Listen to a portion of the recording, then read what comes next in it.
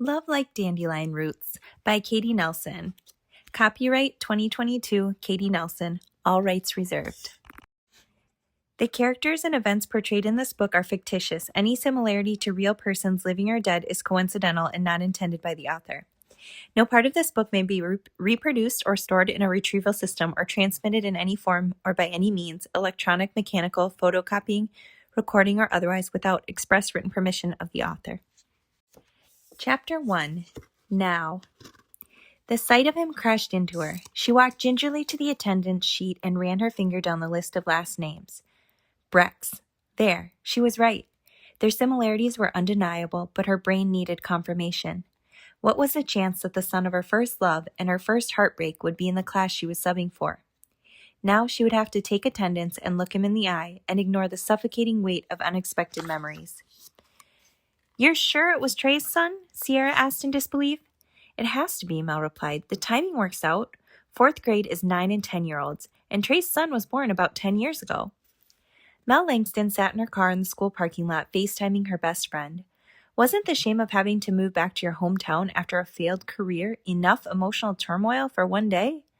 On top of that, she came face to face with a sweet, innocent 10-year-old kid who had no idea who she was, but she felt like she knew to a T. He looked just like Trey. Amber eyes, sandy blonde hair, and a smile that drew you in with its joy and a hint of mischief. "And his name is Atwood? That's an interesting name." "I thought so too. I guess everyone calls him Mac." "I'm not following how that nickname came to be," Sierra said with a laugh, "but I can't blame him for sidestepping Atwood." "Yeah, I don't know where it came from, but he was adamant that I call him Mac. The class started laughing when I called out Atwood. I thought I said it wrong or something, but poor kid, I think it's the name." "Ugh, middle school can be rough. Hey, at least they weren't laughing at you." Mel smiled at Sierra's efforts to try and make her feel better, but it would take a lot more to shake the shock that still lingered. "That's true. I kind of wish it would have been me. I felt bad for him, and for all I know, it still could have been. I was out of it feeling like I was talking to a younger Trey." "Wow," her friend hesitated. "I wonder if you'll run into Trey soon." "Sierra, I hadn't even gotten that far. What am I going to do if that happens? I had a mini stroke just seeing his son." "Oh, I'm sorry, Mel. That's a lot to unpack as you are literally unpacking." Sierra had been Mel's best friend since junior high, so she knew. She understood why coming face to face with Trey Brex would scrape at the scar Mel had tried to let heal with distance and time. She thought it was pretty healed. He had crossed her mind when she made the decision to move back to Aspen Hill. She knew she might see him. She just thought she'd have more time before she'd have to sort through the emotional mess she had apparently swept under the rug. So, other than that bombshell, how's being back in Aspen Hill? "It's been good, actually. I mean, I don't enjoy the constant question, 'So, what brought you back to Aspen Hill?' I just say it was time, and I hope people leave it at that. But just being back to the familiar and a slower pace of life, it's amazing. I didn't realize how fast life was moving, or I guess how much slower life moves in small-town Minnesota. I feel like I can finally catch my breath and just not have to think for a while. Or at least I did until today." "I'm sure your mom and dad love having you home." "Yeah, it's been a little like deja vu. I'm 10 years older, but everything else around me has stayed the same, like a freaky time warp. I don't know if that makes sense, but Mom is still doing her crazy art projects, and Dad is still busy with the gas station." "Wow, that would be weird. I think the last time I was in Aspen Hill was 5 years ago when Danny and I drove through just so I could show him where I grew up." Mel fought back the urge to laugh as she imagined Sierra's wealthy tech mogul husband from Silicon Valley driving through the 2-stoplight town of Aspen Hill. "How did that go?" "He said Aspen Hill was quaint." "So any chance you guys will move back here?" "Ha, I cannot see that happening, ever. But you know what they say, never say never." "I think Justin Bieber said that." "So it must be true, right?" "Oh, definitely." Mel and Sierra laughed. "I really wish you were here, though," Mel confessed. "Being here makes me miss you even more." "I miss you, too. Hey, sorry, bad timing, but Selah just woke up from her nap. I gotta go." "Okay, no worries. Give her a hug from me." "I will. And hey, call me later," Sierra said. "Sounds good," Mel replied before hitting the end button. She hoped she had masked her disappointment well enough. She loved Selah and was genuinely happy for her little family, but it was a glaring reminder that she was still alone. Mel set her phone down, closed her eyes, and rested her head on the steering wheel. The first time she had a real conversation with Trey Brex came rushing back. Chapter 2. Then. "Melissa, I want you to train a new guy today." "Dad, no. I hate when you hire high school guys and then expect me to train them. They don't take me seriously." In her years of working at her dad's gas station, laying gas and goods, she had trained countless people. The teenage boys were the worst. They always thought they knew everything. Instead of asking for the tiniest bit of help, they preferred to do it themselves and screw it up, which always made more work for Mel. Well, good news. This guy's not in high school.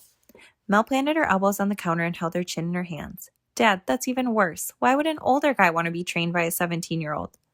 Well, he's not that old. I think he said he's 19. Mel rolled her eyes. 19 is not better. Who is it? Tim? Or Trey? Maybe Tex? Dad, didn't you hire this guy? How do you not know his name? She stood, turning to dust the items on the shelf behind her.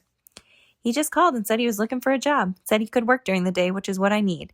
I have some appointments coming up, and I need another person who can work the morning shift when you're at school.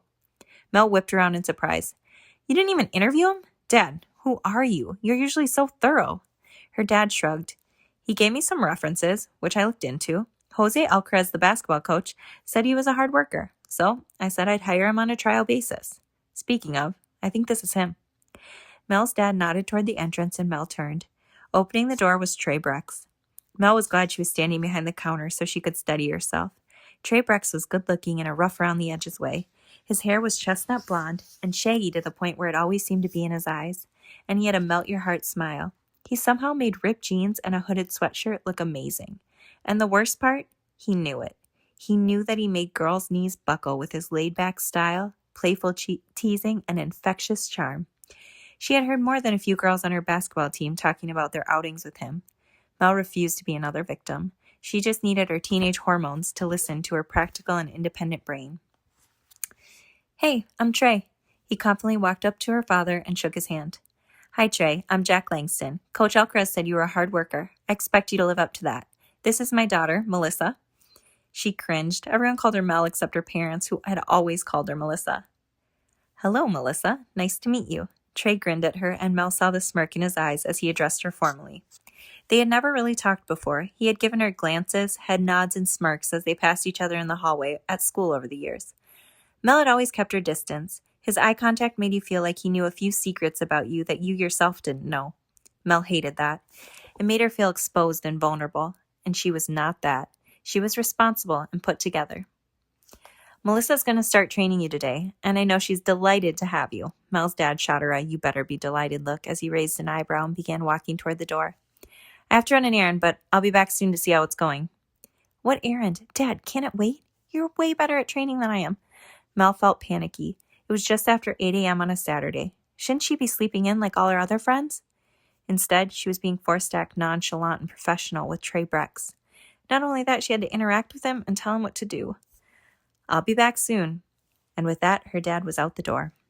Mel stared after him, watching him open the door to his vintage baby blue Ford truck that she loved.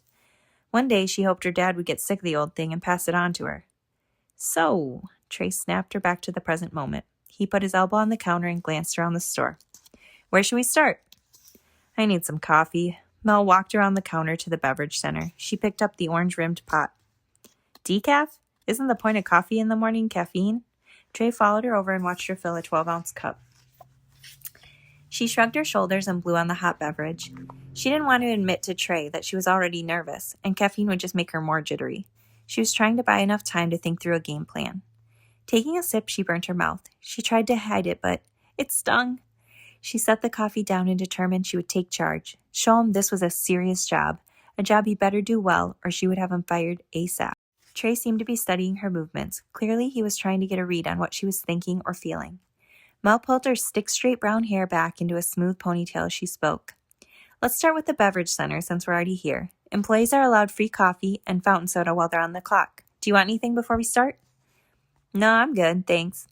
Trey seemed amused by her down-to-business demeanor, which annoyed Mel even more. Okay, so every morning when you arrive, oh, by the way, you should come at least 15 minutes before the store opens. First, you'll want to lock the door behind you and then prepare the coffee and cash register. There's a list behind the counter of all the things you'll need to do. The most important thing is making coffee. Don't screw it up or the regulars will have a fit, especially Roger McDowell. Do you know how to make coffee? I'm not a coffee drinker, but I think I can figure it out. You just put in a filter, pour the coffee grounds, and add water, right? Right. Why'd she start with something so easy? She was supposed to gain his respect. She should have shown him something more complicated that she knew how to do, and he definitely would not understand. Somehow, showing she was the alpha might put him in his place. But they were here now, so she tried her best to display her superior knowledge. Since I took the last of the decaf, why don't you go ahead and make another pot? The most important thing is to make sure you put exactly 2 scoops of coffee grounds in and the right amount of water. Too much or too little and it won't taste right. Got it. Trey brought the coffee pot over to the sink and rinsed it out. Then he carefully filled it up to the line. How am I doing so far? He asked, glancing over at her as he poured the water into the coffee maker.